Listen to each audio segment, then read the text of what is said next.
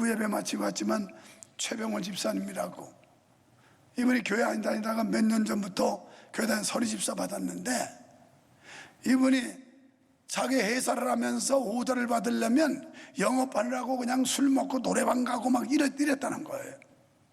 그런데 예수 믿는 순간부터 초신자가 싹 끊어버린 거예요.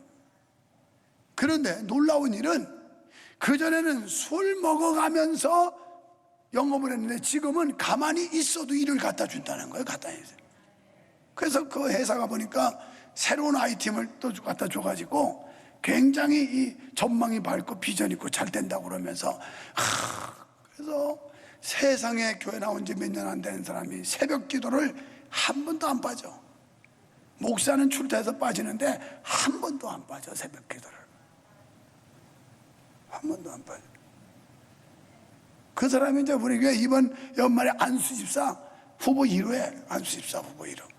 얼마나 훌륭한지 몰라요. 뭐 아니, 중직보다도 더 훌륭해요. 중직보다. 여러분, 우리가 그리스도 안에서 멍에를 맺지만 이 멍에는 신앙 안에서, 성령 안에서는 가볍고 즐겁고 행복한 줄로 믿습니다. 여러분이 신앙이 있으면 여기에 오는 게 전혀 불편하지 않아요. 그런데 믿음이 없으면 고역이야. 안 갈 수도 없고 갈 수도 없고, 뭐 듣지 않으니까 안 가면 뭐 지옥 간다는데 뭐 왔다고 천당 가는 게 아니고 믿어야 되는 거예요. 믿어야. 그래서 예수님께서 내가 너희에게 메어주는 멍에는 쉬우거나 쉽다고. 이처럼 메시아는 이 땅에서 약하고 빈핍한 자들, 인생살이에 지친 영혼들을 참된 안식으로 인도해 주시는 걸 믿으시기 바랍니다. 뿐만 아니라 샘솟는 기쁨으로 우리를 인도하실 구원자라는 거예요. 여러분 속에 주의 영이 있으면요, 이 마음속에 샘솟는 기쁨이 나와요. 주의 영이 없으면 여기에 얼마나 천근만근한 마음일지 몰라요. 그리고 메시아는 죄로 인해 어두워졌던 사람들의 영혼의 눈과 귀를 밝게 해주신다고 3절에 말씀했어요. 사랑하는 우리 명성교회 성도 여러분, 영혼의 눈이 뜨이기를 축원합니다. 영혼의 귀가 열리시기를 축원합니다. 그리고 우리의 마음을 밝게 해준대요. 마음을 열어준대요. 4절에서 마음을 열어 참된 지식을 깨닫게 해주시고, 여러분이 마음 열고 있어야 은혜 받지, 마음을 닫고 있는 사람은 절대 은혜 못 받아요. 꼭 바리케트를 치고 있기 때문에 은혜를 못 받아요. 그런데 이 마음을 다 열고, 내가 뭐 유머 하나 던진 것도 왜 그랬냐, 한번 빵긋 웃고 마음 열으라고 던진 거예요. 괜히 뭐 심심해서 한 게 아니고. 그래서 마음을 열고 있어야 은혜도 받고, 마음을 열고 있어야 하나님의 말씀도 듣고, 마음을 열고 있어야 마음의 감동도 받아요. 그런데 예수님은 우리의 마음을 열어 참된 지식을 깨닫게 해주시고, 그 막혔던 입을 열어 참 진리를, 벙어리 됐던 영적 벙어리인 우리를 입을 열어서 참된 진리, 요한복음 14장 6절에 보면 예수님께서 내가 곧 길이요 진리요 생명이다 이렇게 말씀했어요. 예수 그리스도 그분을 전하게 한다는 거예요. 그러니까 메시아의 파괴적인 결과물들을 모두 철폐하시고 사람들의 영욕을 회복시켜 주십니다.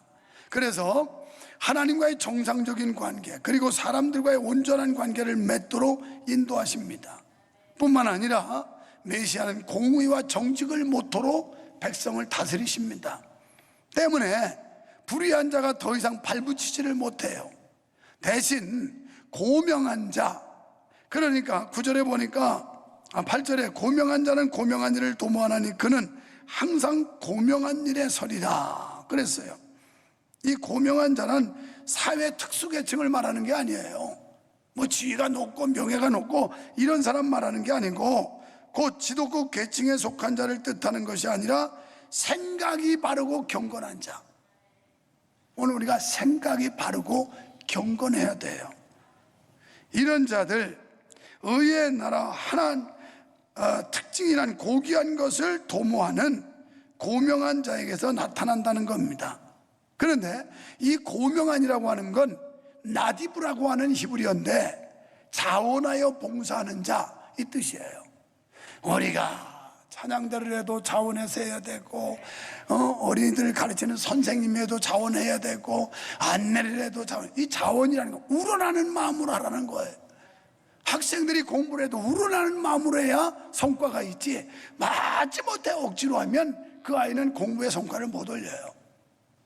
여러분들이 믿음 생활을 해도 우러나는 마음으로, 자발적으로 자원하는 마음으로 여기 나와 앉아 있어야 은혜를 받는 거지, 마지못해 끌려온 사람은 도살장에 끌려가는 소 같은 거예요. 그냥 마지못해서 죽으러 가는 것처럼. 우리 예수 이렇게 믿어도 되겠어요? 우러나는 마음. 저는 일부 예배 마치고 우리 아들이 이사했다고 그래서 통화를 했어요. 그런데 이사도 해야 되는 데다가 얼마나 바빴는지 밤새워서 새벽 3시, 5시까지, 그것도 자기 업무도 아니고 자기 일도 바쁜데 부사장이 특별히 이거 좀 부탁한다고 상무한테 시간 좀 빼주라고. 그냥 빼주면 자기 일은 여전히 해야 되고, 그래가지고 밤을 꼬박꼬박 세우는데 부사장은 이게 촉박하고, 그러면서 아무래도 불안하다고, 이거 보고서를 내야 되는데 불안하다고, 그래가지고 밤새워서 해가지고 새벽 3시에 메일을 보냈더니 이제 안심이 된다고, 너무 고맙다고. 이런 일들을 억지로 해보세요. 누가 밤새워서 해요? 우러나서 해야 된다는 말이에요. 우러나서. 여러분, 기도도 우러나서 하고, 봉사도 우러나서 하고, 예배도 우러나서 하고, 찬양도 우러나서 하고, 그저 우러나서, 이런 사람을 말하는 거예요. 사무엘상 23장 14절에 다윗이 황무지 요새에 있었는데 사울이 죄도 없는 다윗을 죽이려고 계속 추적해요. 그리고 수색을 해요. 그런데 못 찾아요. 하나님이 다 감춰주니까 못 찾는 거예요. 이렇게 어려운 시대, 코로나 전염병 때문에 위협받는데 하나님께서 여러분을 감춰주셔서 안전하게 지켜주시기를 축원합니다. 우리 교회도 하나님이 지켜줘서 구설수에 안 오르고, 여기서 또 하나 나와봐요. 그냥 언론이 뭐 대서특필하면서 수원 명성교회 발 코로나, 여기서 코로나를 만드는 거예요. 이게 완전히 전부 교회 발. 그래서 조심해야 돼요. 불편해도 마스크 쓰고 있어야 되고, 힘들어도 쓰고 있어야 되고, 안 힘들어도 쓰고 있어야 되고, 그냥 우리 모두를 위해서 쓰고 있어야 돼요. 하나님 영광을 위해서. 그런데 하나님이 다윗을 보호하고 감춰주니까 사울이 그렇게 군대들을 데리고 막 수색을 해도 못 찾더라는 거예요. 이처럼 하나님께서는 여러분의 안전을 지켜주실 줄 믿습니다. 그러니까 이 땅에 임하실 메시아는 이 세상을 불의한 인간들의 손에 맡기시지 않고 당신이 친히 다스리신다는 거예요. 두 번째로 메시아는 9절로 14절에 보면 세상으로 낙을 삼는 자를 멸망시키신답니다. 이사야 선지자는 메시아의 의로운 통치가 이루어지기 전에 이 땅은 전쟁으로 인해 황폐화 될 것을 선언합니다. 왜 그러냐면 하나님의 경고를 무시한 채 계속 세속주의로 빠지니까. 세속주의는 불신앙적이에요. 하나님을 배반하는 거예요.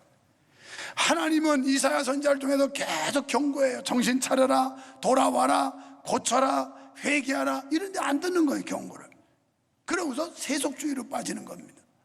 여러분, 교회를 오셔서 여러분이 들으실 건 경고의 음성도 있어요. 하나님께서 저 음성은 나를 들어서 경고시키는 거구나, 이렇게 들을 수 있어야 된다는 거예요. 이게 설교예요. 설교. 믿으시면 아멘 합시다. 그러면서 부녀들, 여인들의 잘못을 꼬집습니다. 여기 보면 9절부터 이제 여인들에 대해서 나오는데, 세속주의와 그러면 이 부녀들을, 여인들의 잘못을 꼽는데 왜 그랬을까요? 세속주의와 결탁해서 안일하고 사치스러운 삶으로 하나님과의 관계를 단절시켰다는 겁니다. 그렇다면 왜 이 여인들을 들어서 지적할까? 고대 사회는 남성 위주의 사회였어요. 그래서 예수님이 기적을 행하신 벳세다 광야에도 기록을 어떻게 하냐면 여인과 아이를 뺀, 이렇게 나와요. 남자만 5,000명이었더라. 그러니까 고대 사회는, 그러다 보니까 그때 당시에 여인들이 어떤 생각을 했냐면, 저 말은 저 남자들한테만 하는 얘기야. 남성 위주로 하나님의 경고가 선포되니까 우리와 상관없어. 그러면서 여인들은 안일무사에 빠졌던 거예요. 그래서 사치, 화려한 문화 이런 걸 쉽게 받아들이는 경향이 있었던 겁니다. 어쨌든 여인들의 안일과 사치로 대변되는 유다 백성 전체의 무감각과 하나님의 거룩한 계획에 대한 무관심이 그들을 징벌하게 만들었다는 겁니다. 9절 이하에서 하나님의 철저한 심판을 볼 수 있는데, 이것은 모든 것이 아무런 위로도 되지 못하는 황폐함을 말씀해요. 이처럼 육신적인 안일과 세상적인 만족과 즐거움에 도취되어 하나님을 잊어버리고 경건을 무시하는 자들은 비참한 종말을 맞게 된다는 것입니다. 그 비참한 종말이 이 세상 생전에 받을 수도 있고 죽은 뒤에 하나님 앞에서도 심판을 받을 수 있다는 거예요. 그러나 영적으로 늘 깨어있는 자에게는 이 땅을 심판하러 오시는 메시아를 설레임으로 맞이하게 되는 거예요. 결혼식장에 신랑과 신부가 설레죠. 결혼식 때문에. 그러다 보니까 막 실수도 하고 그러잖아요. 설레니까. 오늘 우리가 다시 오실 메시아, 그분이 우리 생전에 오실지 아니면 죽은 뒤에 오실지는 모르지만, 우리가 내 생전에 주님의 메시아의 왕국에 일어서 서든지 아니면 내 수완이 차서 오시기 전에 가든지 언젠가 우리는 주님 앞에 설 날이 있다라는 겁니다. 이걸 믿고 살아야 돼. 그래야 우리가 긴장 속에서 바른 신앙을 가질 수가 있습니다. 10절 말씀에 포도 수확이 없다고 그랬는데 조만간 들이닥칠 아수리의 침공으로 성읍이 황폐화될 것을 경고하고 있는 겁니다. 실제 이건 역사적으로 이루어졌고요. 11절에 옷을 벗어 몸을 드러냈다고 그랬는데 바벨론 포로로 끌려갈 때 얼마나 비참하게 끌려갔는지를 말하고 있는 겁니다. 14절에 들나귀들의 즐겨하는 곳, 들나귀는 매우 조심성 있는 동물이라고 합니다. 그래서 사람을 많이 경계하는데 그만큼 성읍이 적막한 폐허의 땅이 되었다는 겁니다. 여러분, 9절로 11절에서 보면 안일함과 염려 없는이라는 단어가 5번이나 나와요. 여기에 우리가 주목해 볼 필요가 있어요. 이 안일에 빠진 거, 내가 뭐 먹고 사는데 지장 없고, 사람들이요 배부르고 등 따시니까 이제 뭐 신앙이고 나발이고 다 때려치는 사람이 많아요. 내가 뭐가 급급해서, 뭐가 답답해서 교회 가서 눈물 콧물 빼면서 해야 될 이유가 뭐냐 이거죠. 오늘 두 자매가 찬양했습니다. 엎드리라고. 그래야 주님이 업어주신다고. 이 말은 겸손하게 낮아지자는 거예요. 그러면서 염려 없는, 나는 염려 없어. 내가 무슨 뭐 문제가 있나? 내가 무슨 걱정이 있나? 이렇게 안일함과 염려 없느라는 단어가 요 짧은 몇 구절 속에 5번이나 나와요. 이거 조심하라는 거예요. 편안하다 할 때 해산하고 고통이 온다고 그랬고, 안전하다 할 때 도둑이 어느 경점에 오는지 모르고 도둑이 든다는 것. 그래서 우리는 저나 여러분이나 언제나 영적으로 깨어 있어야 된다는 겁니다. 긴장 속에 살아야 된다는 거예요. 신랑이로다 맞으러 나오라 할 때 열처녀 가운데 등과 기름을 준비한 사람이 불을 밝혔던 것처럼, 언제 내 인생의 종말이 오든, 언제 주님이 오시는 우주의 종말이 오든 주님 앞에 기꺼이 설 수 있는 준비를 하라는 거예요. 여러분, 착각하지 마세요. 영원히 살 줄로 알고요, 절대 그렇지 않아요. 제 후배 목사님이 한번 전화 왔어요. 목사님, 암흑의 집사하시죠? 안다고. 그런데 지금 대장암 말기로 죽게 생겼어요. 아니, 건강검진을 해도 안 나오고 종합검사를 해도 괜찮았었는데 3개월 전에 갑자기 확인이 됐는데 이건 뭐 말기라서 항암을 더 이상 해봤지만 할 수도 없고, 이제는 호스피스 병원에 가서 죽을 날을 기다려야 되기 때문에 병원을 좀 안내해달라는 그런 밤중에 전화였어요. 이게 인생이요. 뭐 돈뿐이나 있다고 껐덕거리지 마요. 그거 오늘이라도 여러분 불러가면, 부자한테 그랬죠. 내가 오늘 밤 내 영혼을 불러가면 이 많은 재산 누구께 되겠느냐? 목사님 마누라 거 되겠지요. 목사님 아들 딸년 거 되겠지요. 여러분, 우리 인생이 뭔지 알고 살아야 돼요. 언제나 종말 신앙을 갖고, 내 인생이 오늘 끝난다 하더라도 주님 앞에 갈 수 있는, 또 주님 앞에 당당히 설 수 있는 이런 믿음을 갖추라는 거예요. 구원 못 받는다면 뭐하러 예수 믿어요? 천당 못 갈 바에는 뭐하러 믿겠어요? 우리가 왜 구질구질한 날 예배당 와서 예배한다고 이렇게 앉았겠어요? 사실 돌이켜보면요, 사람은 고난 중에 망하는 게 아니고 평안 중에 망해요. 안일 중에. 그래서 제가 자주 쓰는 영국의 속담 가운데 인생 최대의 위기는 언제 오느냐? 성공했을 때 온다. 이런 면에서 저도 여러분도 조심해야 되는 거예요.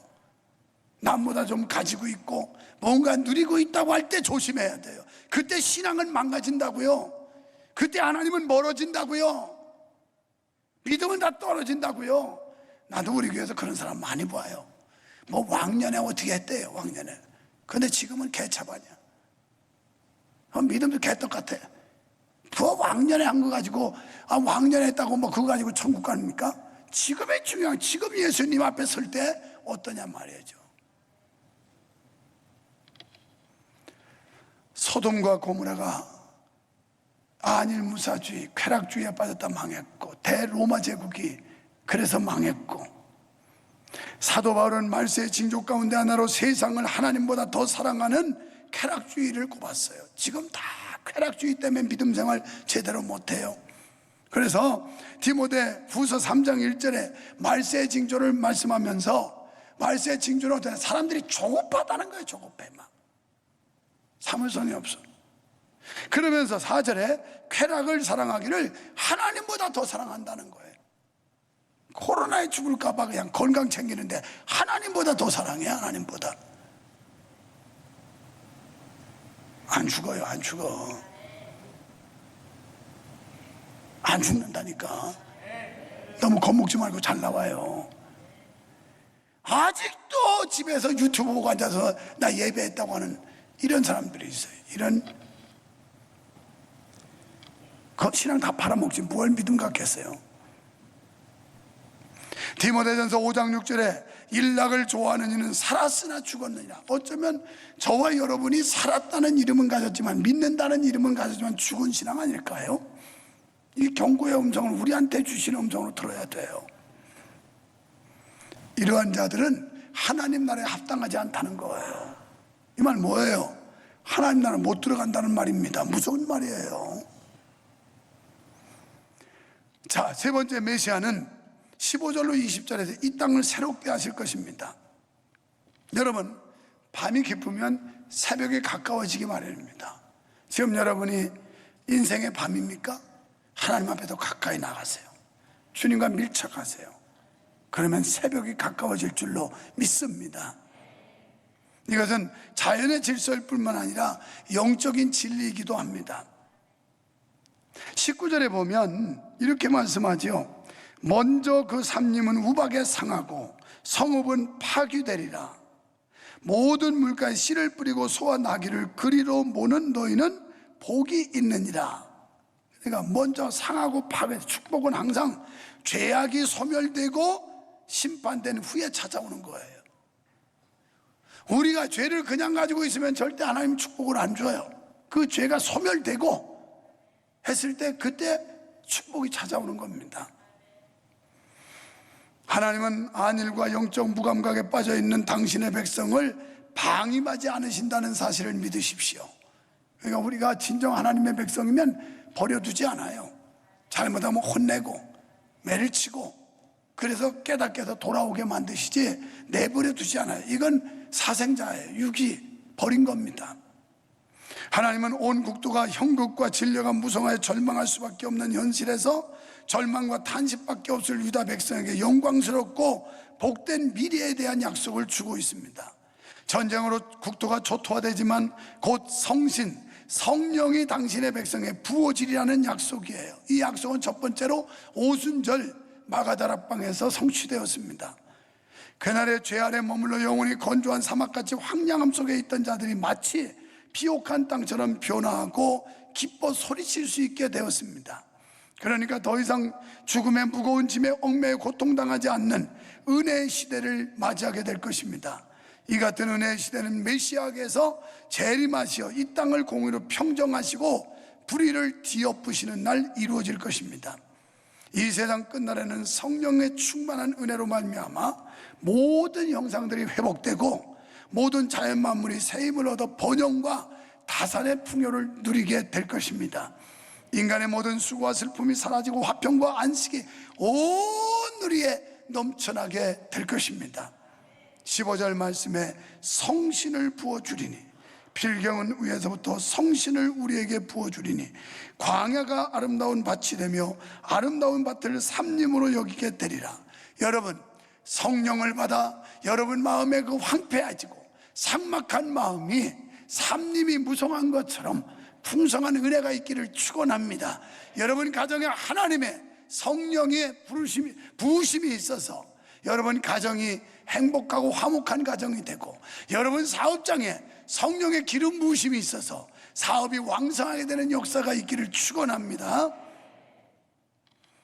그리고 메마르고 폐허의 심령을 충만한 생명수가 넘치는 복된 심령으로 바꿀 수 있는 분은 누구냐? 성령님이에요.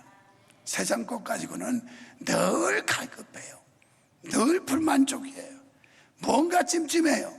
그런데 이 성령이 우리 속에 충만하면 우리 속에 샘솟는 기쁨이 일어나게 되는데, 사랑하는 성도 여러분, 혹시 여러분이 이 세상에서 무기력하게 살아가고 있지는 않습니까? 왜요?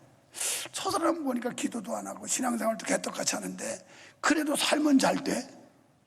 저 사람은 교회도 안 다니고 그냥 우상 숭배하고 미신 섬기는데 그래도 사업도 잘 되고 잘 돼? 이런 것 때문에 여러분 주눅듭니까? 여러분, 그런 것 때문에 주눅들 우리가 아니고요, 우리는 그런 환경과 상황을 초월해서 주시는 참된 평화, 참된 소망, 참된 기쁨을 가진 것을 나타내야 될 사람들이에요. 이게 믿음의 열매고 믿음의 능력이라는 걸 보여줘야 될 판이란 말이에요. 그런데 왜 주눅들어 살아요? 뭐 때문에? 돈이 없어서? 지위가 낮아서? 저 사람보다 인물이 좀 못나서? 주눅들 필요 없어요. 우리는 그런 것 따위에 좌우되는 기쁨이 아니다, 그런 것 따위에 좌우되는 행복이 아니다, 그걸 뛰어넘어서 초월적인 기쁨을 가지고 있다는 걸 나타내 보여야 될 사람들이 우리란 말이에요. 눈에 보여지는 그런 자들의 화려함보다 더 풍부한 행복을 내보여야 할 사람들이 우리라는 사실을 믿습니다. 물론 우리에게서는 세상 사람들과 같은 행복의 조건을 찾을 수 없을 수 있어요. 돈도 없고 지위도 없고 인물도 없고 그럴 수 있어요. 하지만 우리의 죄를 사하시고 우리에게 신령한 은혜를 베푸시는 메시아에게서 놀라운 행복의 조건을 찾을 수가 있습니다. 당신은 의뢰하고 고대하는 사람들에게 의와 생명을 공급해 주시며 궁극적으로는 우리를 영원한 천국으로 인도해 주실 것이기 때문입니다. 그렇다면 여러분, 우리는 무한한 영적 자부심과 넉넉한 자신감을 가지고 이 땅을 살아가야 할 줄로 믿습니다. 이제 뜨는 성경 구절을 같이 읽겠습니다. 요한복음 16장 33절. 이것을 너희에게 이름은 너희로 내 안에서 평안을 누리게 하려 함이라. 세상에서는 너희가 환난을 당하나 담대하라, 내가 세상을 이기었노라 하시니라. 아멘. 계시록 21장 7절에 이기는 자는 이것들을 유업으로 얻으리라. 나는 저의 하나님이 되고 그는 내 아들이 되리라. 하나님이 내 하나님이 되고 나는 그분의 아들입니다. 하늘의 상속권을 가진 사람들입니다. 천국을 소유한 사람들이에요. 로마서 8장 24절에 우리가 소망으로 구원을 얻었음에 보이는 소망이 소망이 아니니 보는 것을 누가 바라리요?